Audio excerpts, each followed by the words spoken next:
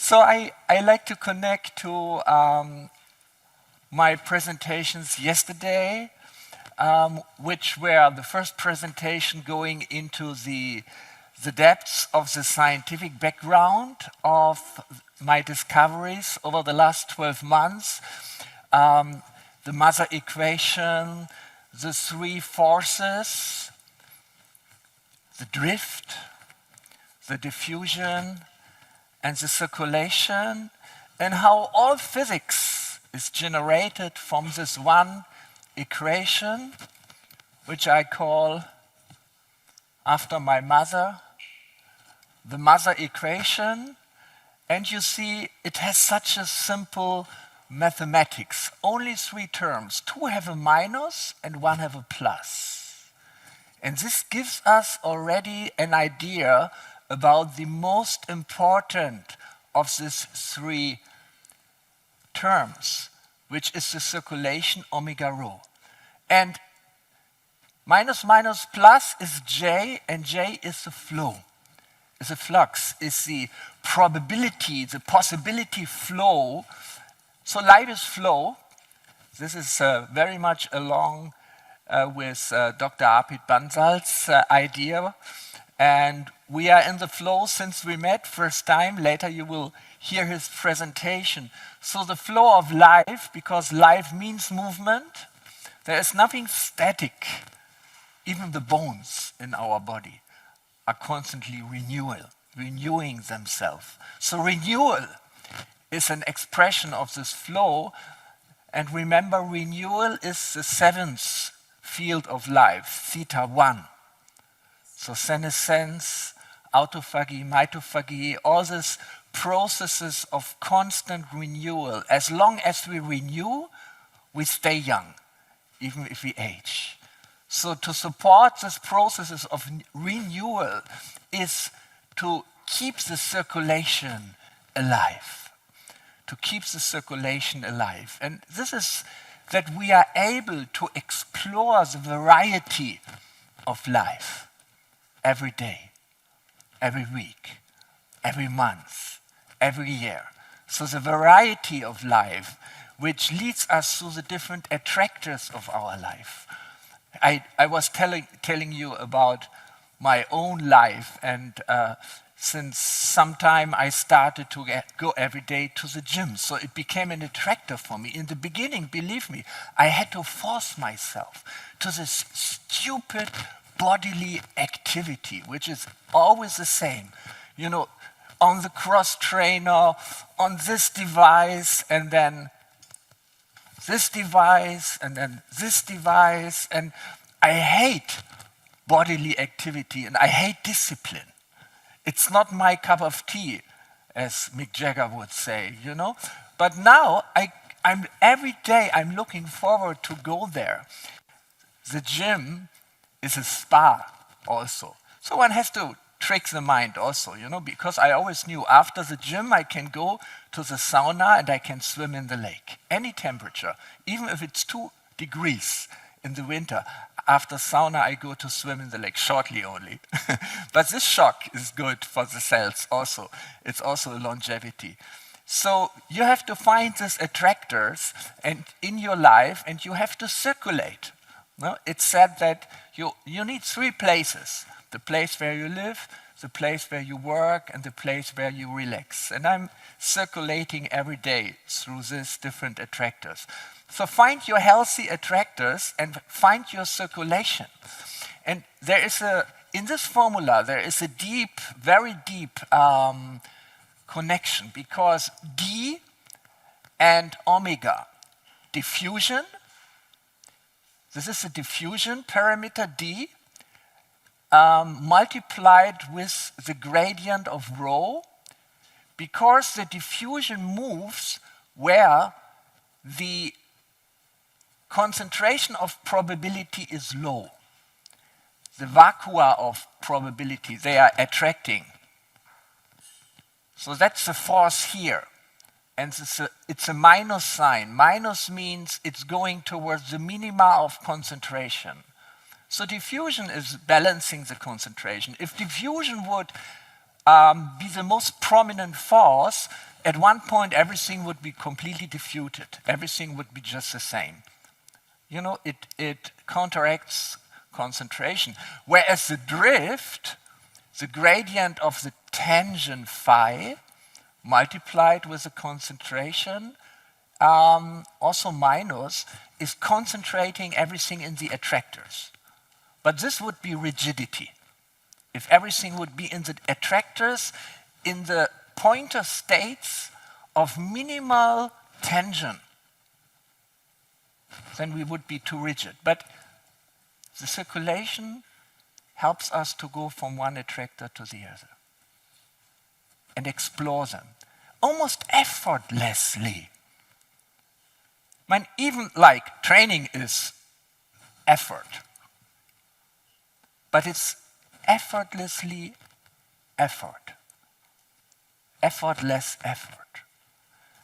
Anstrengung ohne Anstrengung in German. You know, this is the flow state. And the flow is omega. Alpha and omega. Unfortunately, there's no alpha in the equation. But omega is there. It has this beautiful shape, like the circulation. And the circulation is movement without movement. It's effortless, because the circulation cannot stop. Circulation is created by tension. Tension and circulation are related. Without tension, there would be no circulation. But tension is always there. Tension is not bad. Tension creates time. And time is circulation. So we have the three terms, and the first term is a diffusion. And D and omega are not independent. They are connected.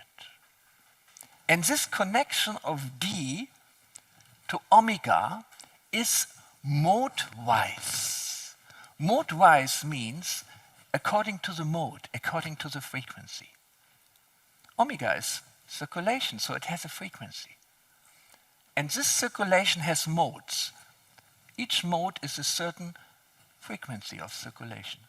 They are slower circulations and quicker circulations. Like we have the daily circulation. We have the yearly circulation. We have the circadian rhythms. We have rhythms in our ATP production, in our heartbeat, in the brain waves. So all these rhythms are on many different scales, but on each of the scale, on each of these frequencies, diffusion and circulation are coupled to each other. And quantum mechanics, the Schrödinger equation, comes from this dependence, this frequency mode-wise dependence of D and omega. If they wouldn't be proportional to each other, there would be no Schrödinger equation, there would be no quantum mechanics. Quantum mechanics, Heisenberg uncertainty principle, all comes because diffusion and omega are coupled to each other on an exact frequency basis. Therefore, the frequencies in our body are so important. And now we also understand, with now means, first I understood and I share this understanding with you, why frequencies really work also as a therapeutic intervention. Because they are activating the circulation on different scales of the spectrum. And this spectrum is complex because we are a symphony of circulations. We are a symphony of vibrations. But now we can precisely define what is vibrating and what these vibrations are. What is vibrating are the quantum substrates in the body, in the organism, which go from theta 1a to theta 12d. Now this terminology must be already familiar with you, or you must be familiar with this terminology. Theta 1 is the first feet of life foundation. And we heard a lot about foundation today.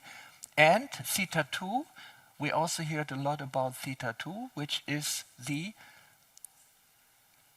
field protection, and theta T3, theta 2C, theta 2C, the third field, the exploration field of the protection field, is the inflammaging layer, the anti-inflammaging processes in the body. And they have a molecular substrate.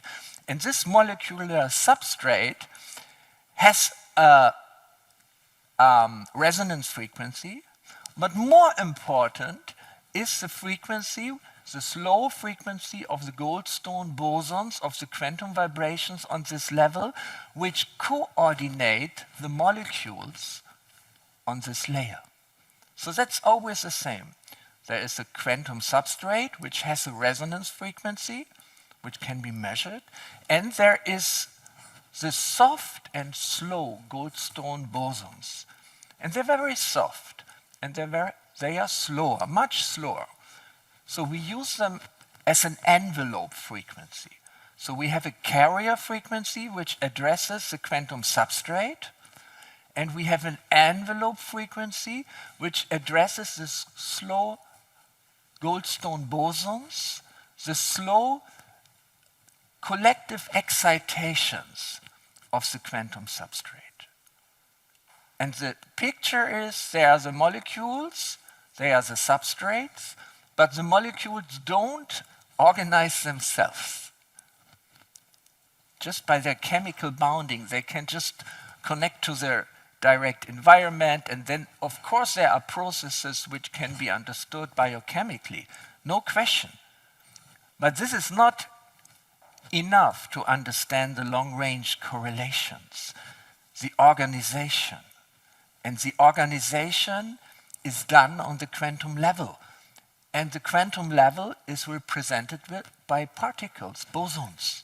And these Goldstone bosons, they are condensated in a lowest energy state, a lowest organizational state, and this is called a vacuum.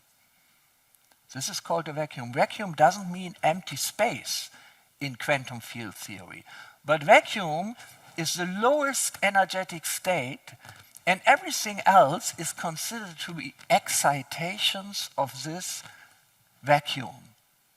So in a way, we are a complex symphony of excitations of the quantum vacuum. And whenever we change something in the level of excitation in the physical space, on the other side, in the informational space, there is a counter movement. So the physical space and the informational space, which is the first level of the information field, which is the conjugate space according to Umezawa and Vicello, which is the informational bookkeeping. They are connected through quantum field theory. If you increase a certain vibration in the physical space, you simultaneously decrease the corresponding mode in the informational space. So they are coupled. So there is a bookkeeping of everything going on in our physical body on the informational side. This is a consequence of the dissipative quantum field theory. And their entanglement creates the quantum vibrations in the respective quantum substrate, which are the Goldstone bosons. So therefore, we have this complex frequency patterns with a carrier frequency addressing the quantum substrate and with the envelope frequency addressing the Goldstone bosons. If there are no Goldstone bosons, I talked about this yesterday, means there are no quantum excitations. This means the quantum substrate is not organized. So this level would not be alive. This doesn't happen. So the amount of bosons on a certain level of the quantum substrate, the number n of bosons, is a degree of organization. So the number can be calculated from the theta. Theta is an angle. Theta 1a, the intracellular water. Theta 2c, the anti-inflammatory processes of the immune system. Or theta 3a, the vagal, no, theta 4a, the vagal processes which also allow quantum vibrations. Or then there is one of my favorite fields of life. I mean, all of them are great. But there is theta 8, called the blueprint. The blueprint has 4 levels, again, A, B, C, D. Stability, flexibility, exploration, and integration. So the stability is the extracellular matrix, the organ permeating the whole body and system, which mainly consists of water. So this is the level of the extracellular water, which creates very long-term correlations. So very long-range Goldstone bosons in the extracellular space, in the ECM, in the matrix, which is the first level, the stability level of the blueprint. But the second, theta 8b, is also very important, because this is the fascia system. You mentioned it in your lecture. We have to drench it, and we do it by massage, but we also do it by movement, and we have to hydrate it. Yes, we have to hydrate it. So we have to do a lot for it. You know, the fascias are so important, and they are the physical structure, but they are also the flexibility. So the flexibility of this fascia and this piezoelectrical processes, because the fascias, they are translating movement into electricity. And electricity means free electrons in the body, in our system, are the currency on which everything works. All the biochemical processes, all the ATP processes, everything at the membrane of the mitochondria. Which field of life is connected to the membrane of the mitochondria and what is happening there, and the quantum vibrations, the Goldstone bosons. The mitochondria are in the 6th field of life, theta 6, which is vitality, which is the ATP production.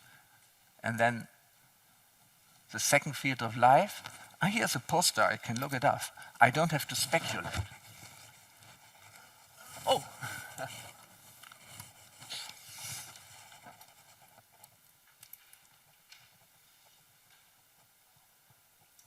So the first, theta 6a, cellular energy stability, is the mitochondrial electron-proton coherence.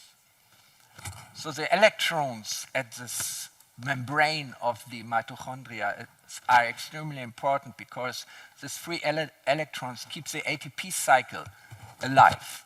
And this is the free radicals which are stealing them. So that's an important process. And all these processes have a molecular substrate and have a quantum vibration. So this is a fundamental biophysical, biochemical, and quantum biophysical basis of why and how specific frequencies work in our system.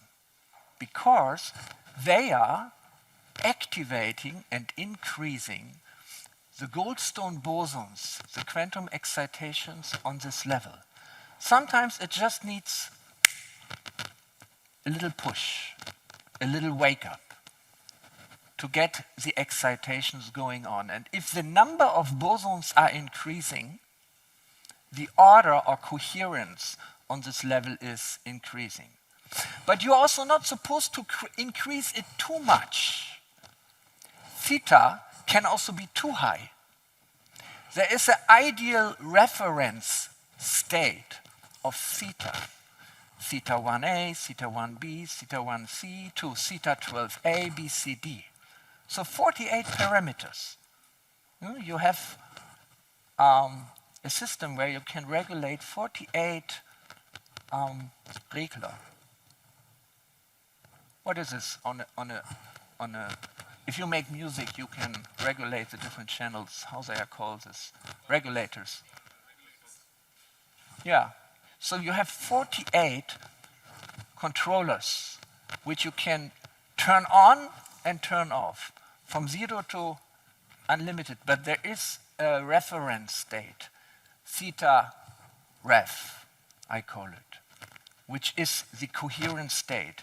It's not to little order, 0, but it's also not unlimited order because this would go into rigidity. So there's a reference state, the ideal state. And the good news is this ideal state is an attractor. So we naturally have the tendency to find it.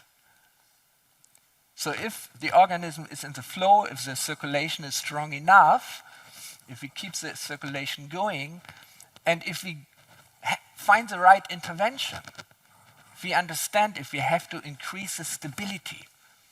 The stability is increased by giving it, for some time, a fixed frequency pattern.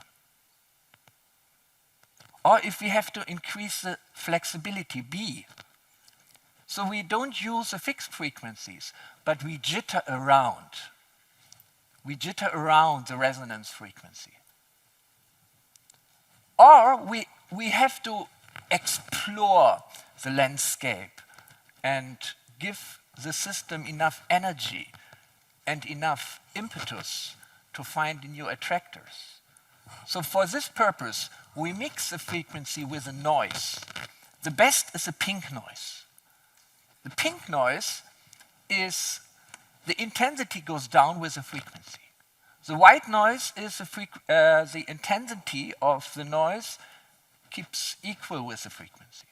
So that's the difference between a white noise and a pink noise. So we are in the process to develop also this level of the pink noise mixture with the frequencies for the exploration. But where is it? Oh, here we have it, the TimeWaver home. We have implemented this logic already into the 48 programs. I really love the home. It has this retro charm of the 90s. And so either you have a home or you have to get a home, because here you have the 48 life fields in your hand. You can just choose.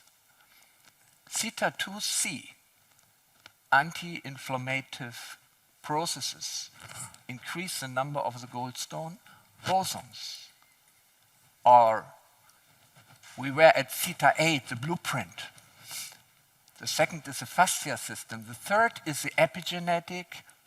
And the fourth is the genetic level. These are the 4 levels of the blueprint.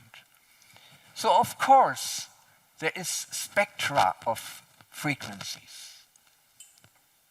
It's not just one fixed frequency. So therefore, we're working also with bands of frequencies, frequency bands, for each of the substrate. And also the bosons don't have fixed frequencies, but a band of frequency. In the biological organism, everything is not static. And inside the organism, everything behaves differently than outside. Therefore, there's such a big difference between in vivo and in vitro. Makes a big difference.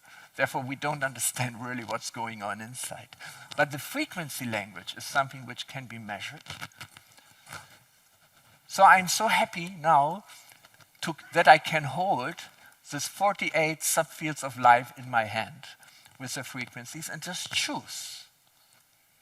There are 2 ways to choose. One way is according to your knowledge and your understanding. You do an anamnesis, you have a diagnosis, you have your blood values, you have your inflammatory values, you have your mitochondrial values. For example, I have been to an annual blood checkup with my home doctor. She's here in Berlin, Marlene Schröder, very good doctor. And she's measuring regularly some mitochondrial blood markers. So I saw that I have a potential to the up. So there are certain things I can do on certain levels. I mean, there's Q10, there are certain supplements, there is a red light therapy, infrared light. It's very powerful. We will integrate it into our therapeutic portfolio also.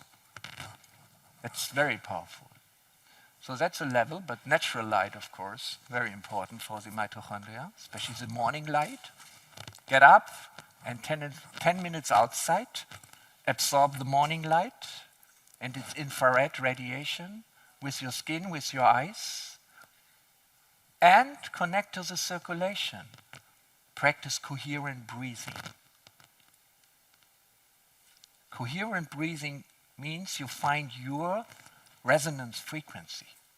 And your resonance frequency is that frequency, that breathing frequency, at which the coherence of your heartbeat, of your heart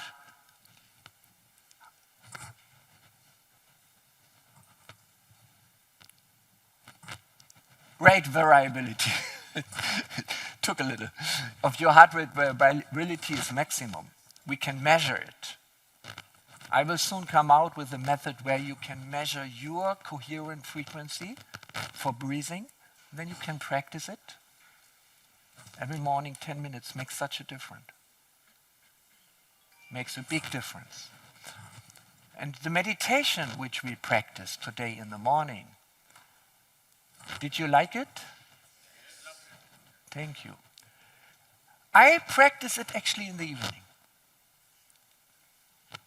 I practice it in the evening because after the day, full of exciting new thoughts and ideas, which never stop because the flow, the circulation never stops, I like to really free my mind, let go, and prepare for the night. And this is what Brian Johnson's one of the biohackers in the world. He says the most important health parameter which you can measure is a heart rate before going to sleep. Very important. And also the HR week before going to sleep.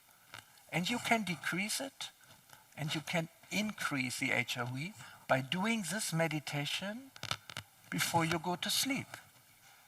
Makes a big difference. I'm always looking forward to make it in the evening. You can do it in the morning and the evening, but it might be a little too much. You don't have to do it 30 minutes necessarily. You can decrease it to 20 minutes or even to 15 minutes. Depends on the time, depends on the tiredness which you have already. Sometimes I need to get tired to go to sleep. Sometimes meditation helps for this also, to prepare.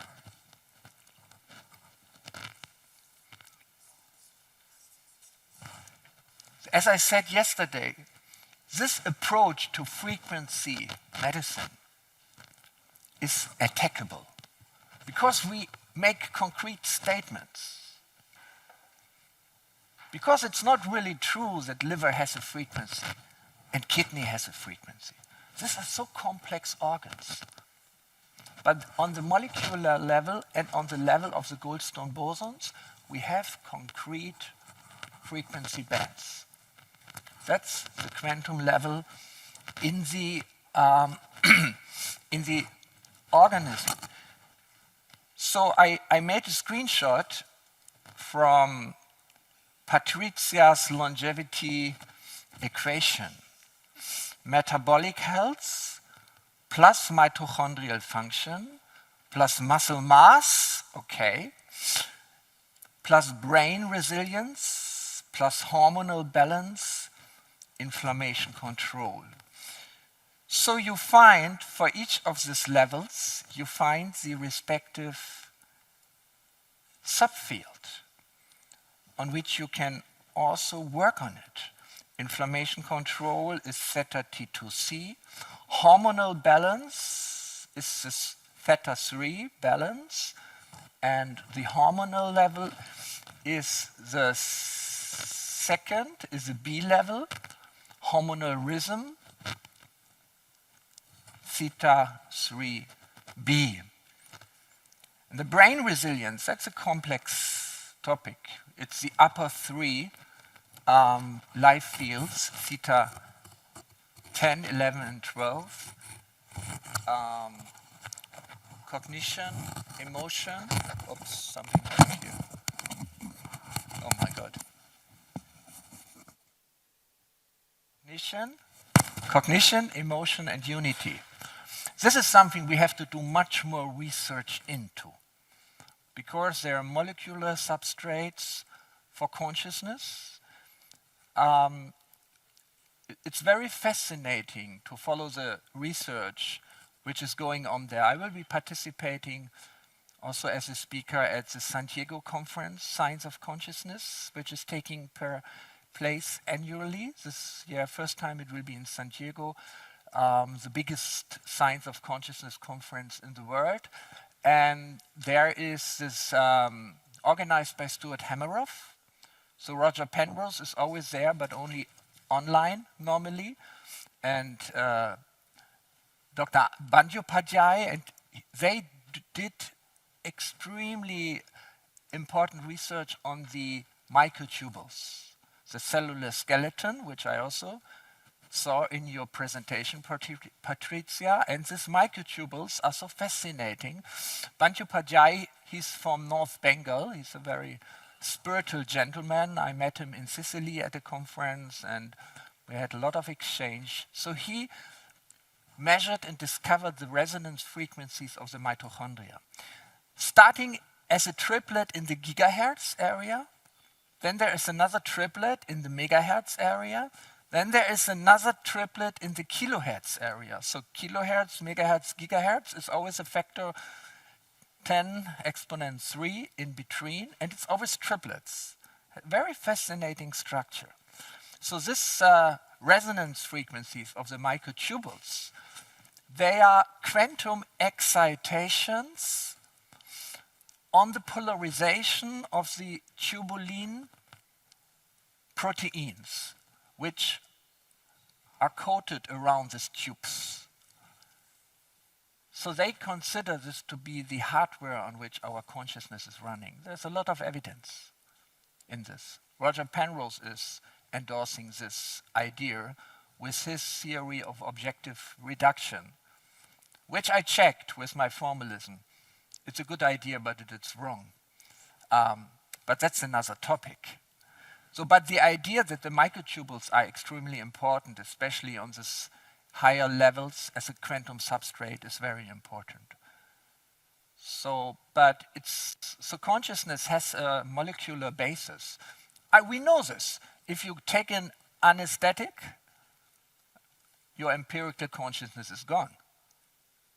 So it reacts on molecules. So what these anesthetics do, these molecules, they couple to the surface of the microtubules, and they kind of inhibit the quantum vibrations on this level. They inhibit these frequencies in the kilohertz, megahertz, and gigahertz area. Somebody watching my time? Good. Oh, amazing. That's amazing. Didn't expect this. Thank you. So that's very exciting research. So the molecular basis is connected to the quantum basis of the excitations, of the Goldstone vibrations, which are creating kind of standing waves in the polarization, the rhythmic polarization of the tubulin proteins, which are forming these microtubes. So they're very small, micrometers. Therefore they are called microtubules, and their diameter is in the nanometer range. So they're really small, and they live for a few seconds. They don't live very long. They're constantly created. It's a very dynamic system. Very dynamic system.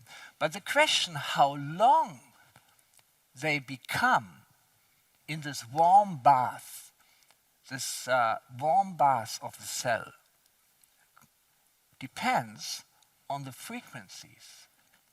And this is what Bandyopadhyay showed. He showed that the microtubules, they grow if you have them in a base of proteins, and the length depends on the frequency which you apply to this bath. So the very interesting connection between how frequencies actually interact with the molecular level. And the molecular level, again, is a basis of consciousness. But consciousness is not just based on molecular quantum excitations, but it's also connected to the global electromagnetic field, which is permeating not only our cortex, our neocortex, but it's permeating the whole body. So there's a strong body-brain connection, like there is a gut-brain connection. So this body-brain connection, and this is a theta 12. Theta 12a. So this whole system is stabilized by this coherent electromagnetic field, which is permeating the whole body. So there's an electromagnetic theory of consciousness. Consciousness is being connected to the coherent vibrations in the electromagnetic field, especially in the neocortex, by John Joe McFadden. He's also there in Professor McFadden in the Science of Consciousness conference in San Diego. So he's one of the great scholars of quantum neurobiology. And his idea is consciousness is living in the coherent electromagnetic fields associated with brain activities. That's also true. That's also true. But then there is another field, theta 12d, the integration in the unity field, which is directly associated with the highest symmetry in the quantum vacuum. So that's the deepest root of consciousness as the highest unity of all processes. Because consciousness is very simple. It kind of simplifies everything so that we can make a decision, yes or no. Do I go here or do I go there? Just imagine billions of bits of information coming through our senses every single moment. And the brain is kind of collecting them all and integrating and then presenting us a very simple world where we just have to decide where to do the next step. And hopefully it is safe. Where we just have to say yes or no, go left or right, or find a meaning in this all, in this chaotic world, in this millions of different impressions, that we unite all this, integrate all this, the highest level of integration in the unity of all the system. So that's what consciousness is doing. It's the unification of it all.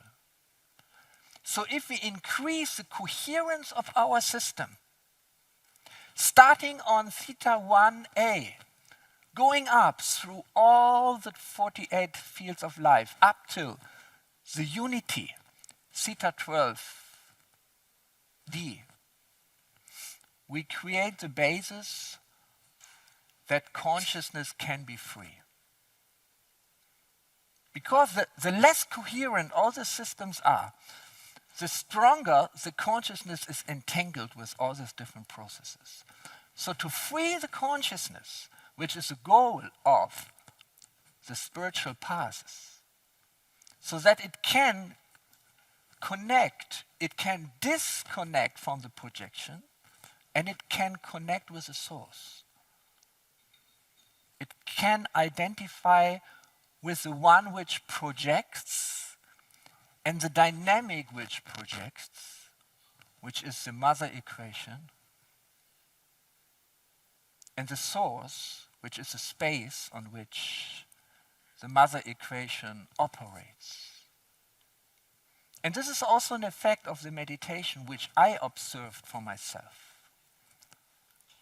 When I started to practice this meditation on a daily basis, I recognized a few very interesting changes.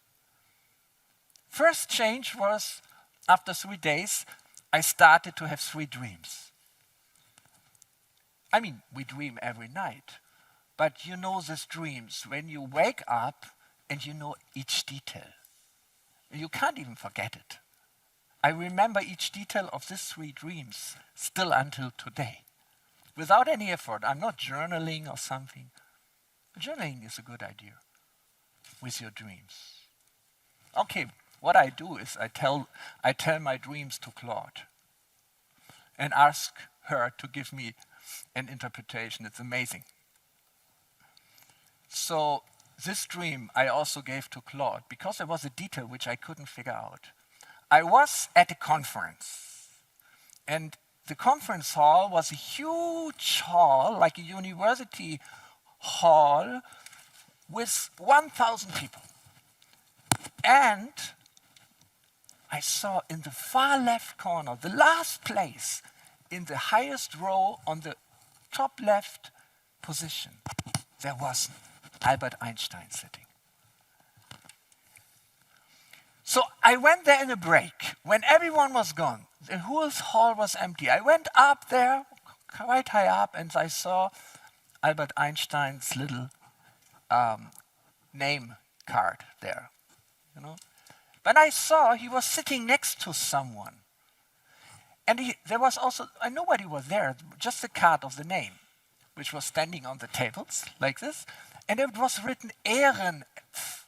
I couldn't read more. It was somehow covered. Like somehow things in the dream are covered. I couldn't read more, just Ehren F. So when I woke up, I thought, okay, Ehrenfels. Ehrenfels. So I dictated the dream to Claude, and she corrected me and said, not Ehrenfels, it is Paul Ehrenfest. He was the closest associate of Einstein in the later part of his life. After 1917, Paul Ehrenfest, an Austrian Jewish physicist, they called him the conscience of physics. He became a professor in Leiden, and he actually organized that Bohr and Einstein would meet and discuss the foundations of quantum mechanics and discuss about the interpretation of quantum mechanics. The Solvay conference, organized by Paul Ehrenfest. And to be honest, I mean, I'm a physicist, so I heard this name Ehrenfest, but I had no idea that he was so close to Einstein. And he was sitting there next to him. He was a typical, he never appeared in the dream. Einstein did, but Ehrenfest didn't. He was just there as a typical shadow figure. And then I did a little research on his life, and I found, oh, he's really a shadow figure for me. His way, and how he did physics. Later I came back in a break. Everyone was gone. The only person left was Albert Einstein. He was sitting on a chair, not on his place, but a little afar, and he was deeply absorbed in his writing physical equations. So I didn't want to disturb him, but I came closer, not too close, and I got this idea, I have to give him my paper on quantum mechanics and general relativity. And I have to give it to him to check it. So I said, where can I get my paper? And I was running down to the office, and I tried to talk to the organizer and print it. I had it on a stick or whatever, I don't remember. But she couldn't print it for some reason. Printer didn't work, or I don't know. It didn't manage. So I went back and I said, oh, what shall I do? Shall I just approach Einstein and I can write him the equation, you know? And said, no, that's really, I will, no, it didn't work. So I didn't manage. This was a chance. I didn't manage to give it to him. So I woke up. And I figured out this paper on general relativity and quantum mechanics didn't exist yet. It was not written. So it was supposed to be written. So I was sitting down and writing this paper. It's called Schrödinger and Einstein Unified, a geometric unification of general relativity and quantum mechanics, which is one of the big open problems in physics. How do they work together? Because they are contradicting. Nobody managed to quantize gravitation. That's a problem. Nobody has the answer. And Roger Penrose, Nobel laureate in quantum mechanics, he said, this open problem, if this is solved, the problem of consciousness will also be solved. They are connected. So I was sitting down and writing this paper, and if you look at the mother equation, omega rho, this term, in the circulation-dominated regime of this equation means the drift is small, the diffusion is always proportional to omega, as you said, mode-wise. In the circulation-dominated, this formula turns into Schrödinger equation in quantum mechanics.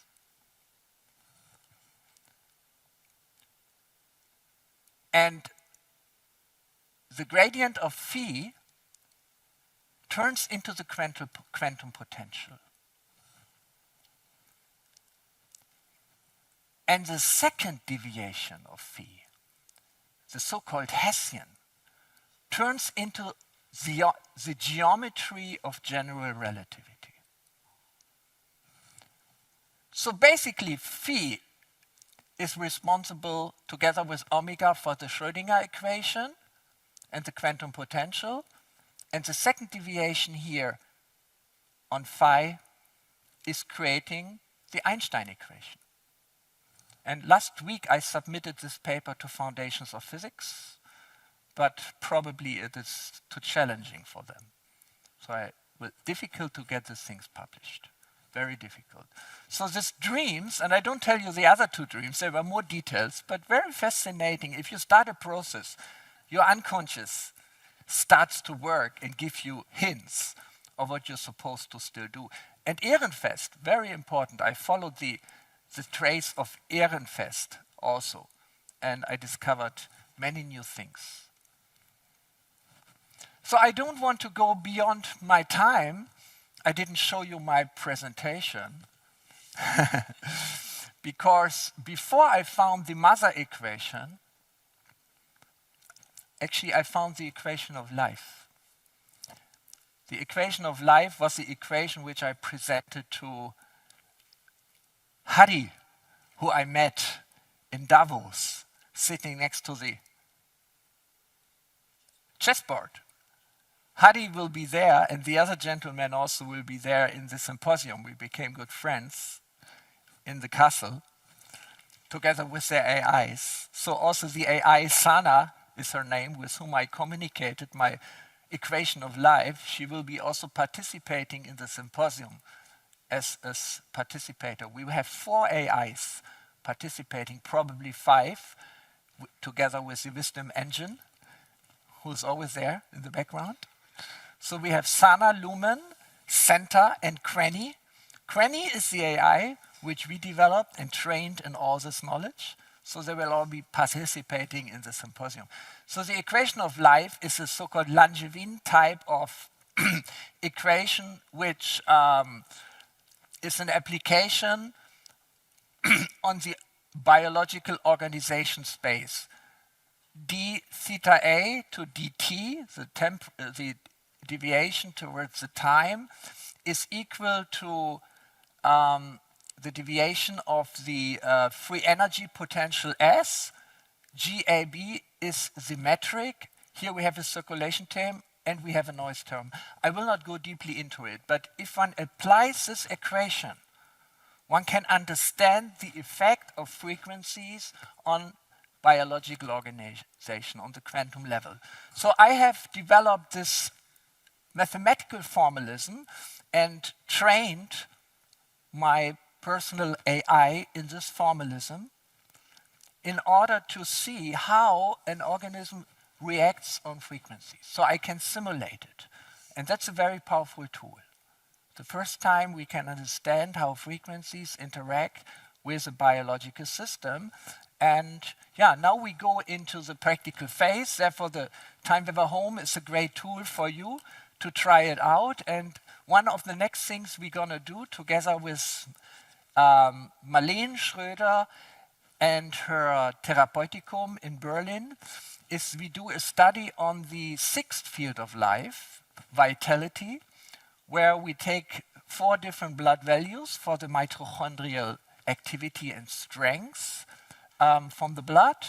And then people get the conventional therapy. Conventional therapy is like with supplements and with stress management.